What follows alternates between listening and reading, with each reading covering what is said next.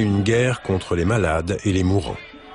Malgré l'approbation de projets de loi sur la légalisation de la marijuana à des fins médicales par la Californie et 5 autres États à la fin des années 90, le gouvernement ne veut toujours rien entendre.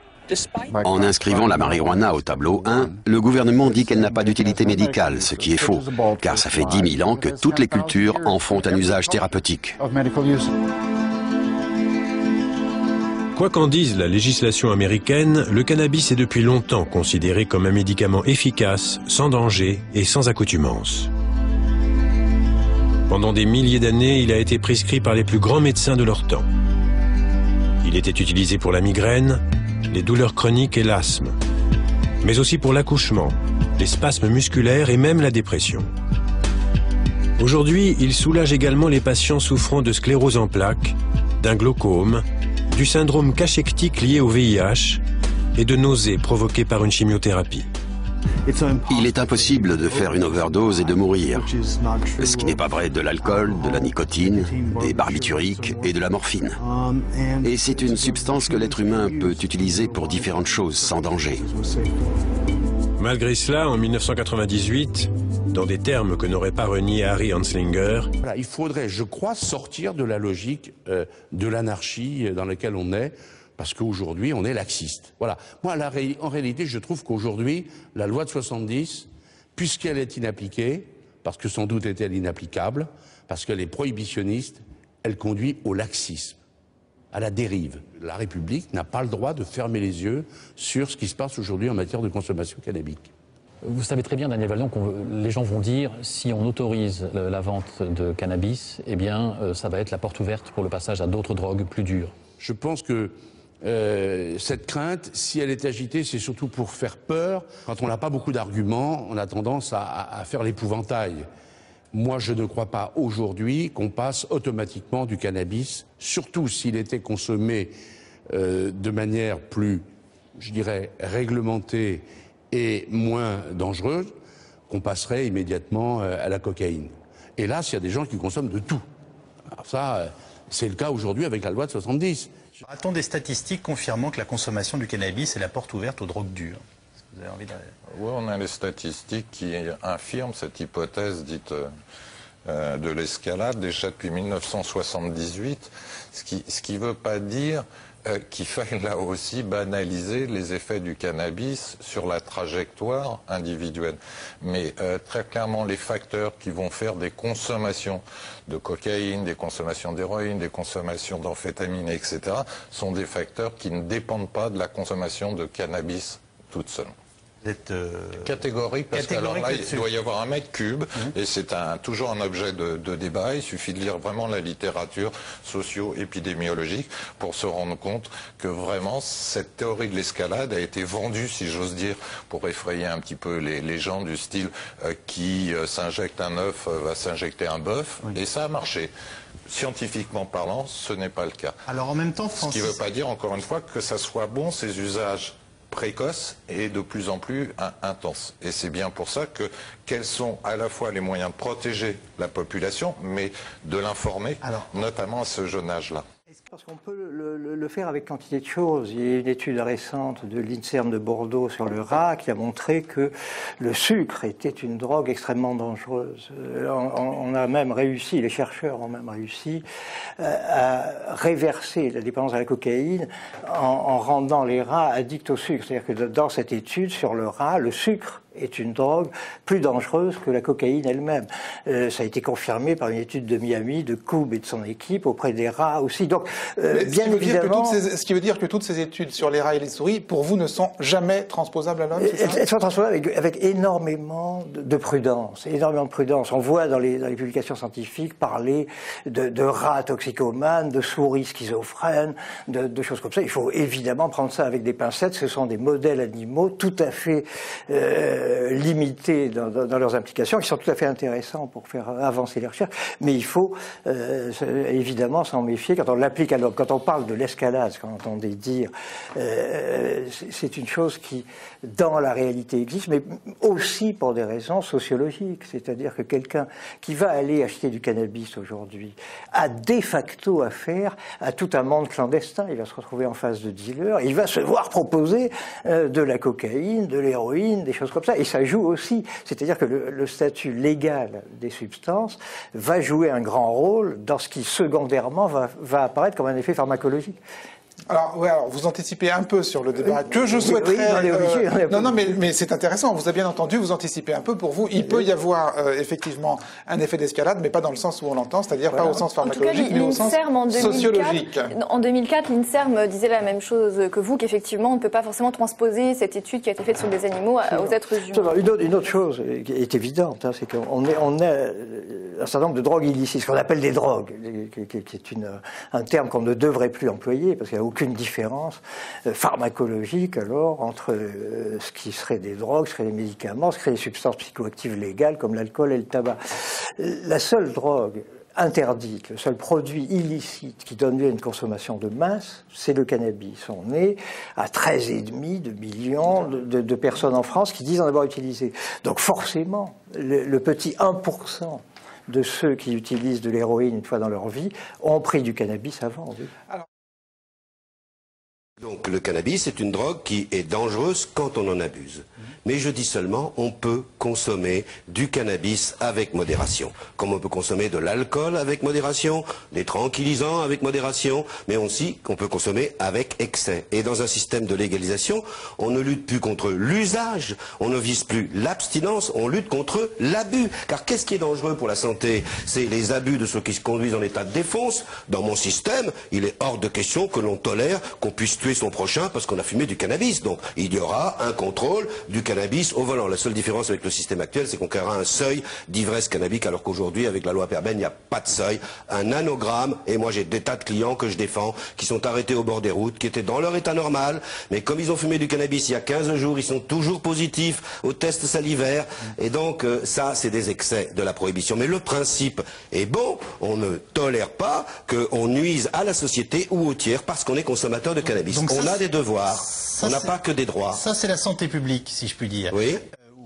Il y a 13 millions et demi d'expérimentateurs de cannabis, très peu de personnes qui deviennent dépendants, quelques-uns deviennent dépendants, mais très peu après. 700 000 usagers réguliers, 600 000 usagers réguliers ne veut quotidiens. En France. Oui, en France. Oui, usager régulier ne veut pas dire dépendant. Les personnes dépendantes représentent une toute petite partie. Un usager. Le cannabis est éliminé effectivement extrêmement lentement dans les urines, mais ce sont des catabolites qui ne sont pas psychoactifs, et donc le cannabis va être dépisté très longtemps après avoir été fumé, même lorsqu'il n'a plus d'effet psychoactif. Voilà, c'est très simple. C'est que quand on fume du cannabis, on a des effets pendant 2 ou 3 heures et que ça diminue, et qu'après on redevient normal. Mais ça reste dans le cerveau ou ça reste pas dans le cerveau? Il est probable que ça reste dans le cerveau en faisant très peu d'effets. Ça reste dans les graisses et c'est éliminé sous forme de catabolites qui ne font pas d'effet, et c'est dépisté parfois 3 semaines après, ce qui fait que les dépistages, quand on sait que la pénalisation c'est d'1 an de prison,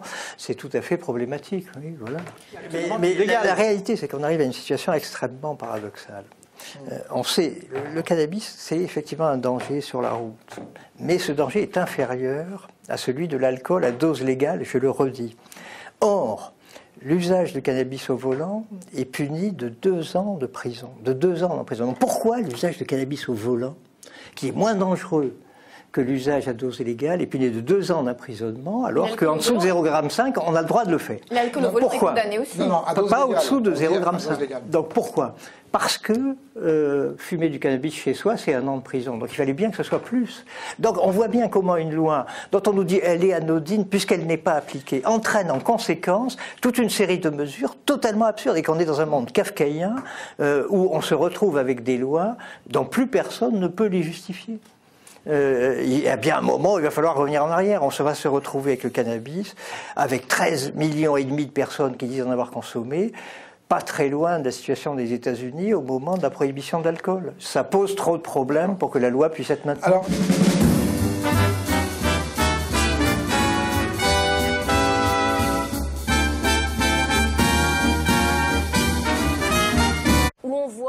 mères de famille, des habitants dans des immeubles où ils ne peuvent même plus accéder à leur cage d'escalier parce qu'il y a des trafiquants et des dealers. On n'est pas là pour se faire assommer, on est mort, il est temps qu'on rigole.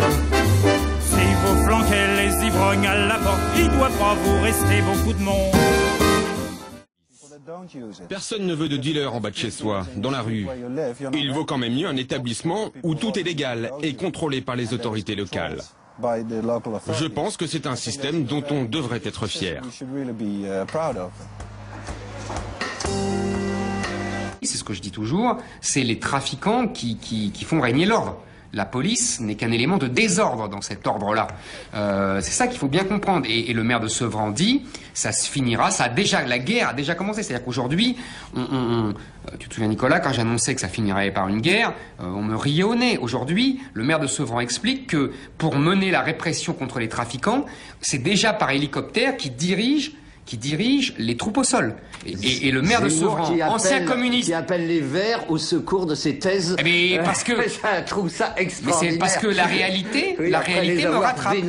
La réalité me rattrape. Et c'était intéressant de l'écouter. Parce qu'il explique que dans 4-5 ans, on enverra l'armée.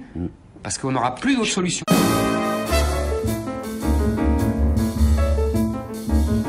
Je vendais des canons dans les rues de la terre, mais mon commerce a trop marché. J'ai fait faire des affaires à tous les fabricants de cimetières, mais moi maintenant je me retrouve à pied. Canon en solde.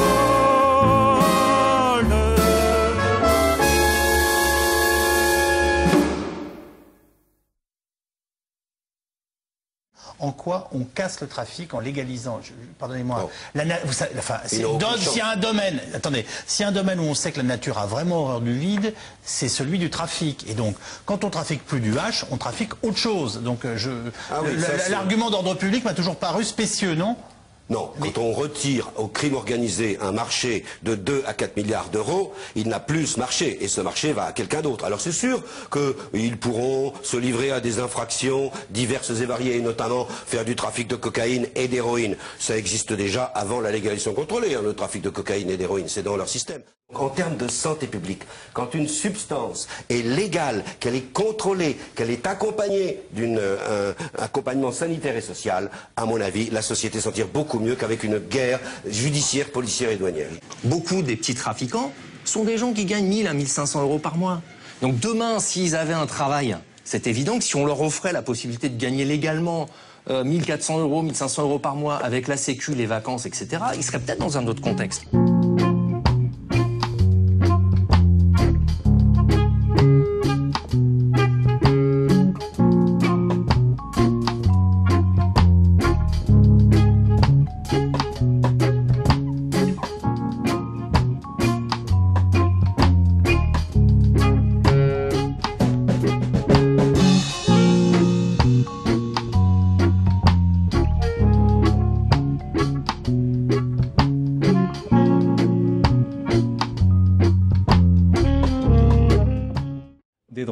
Donc, je suis un peu surpris, je regrette un peu qu'en France, on ait toujours un débat de manière extrêmement hexagonale et qu'on ne voit pas que sur cette question-là, il y a une évolution considérable à l'échelle planétaire. Les grandes organisations internationales, que ce soit les Nations Unies, l'Organisation mondiale de la santé, ont sur cette question beaucoup évolué.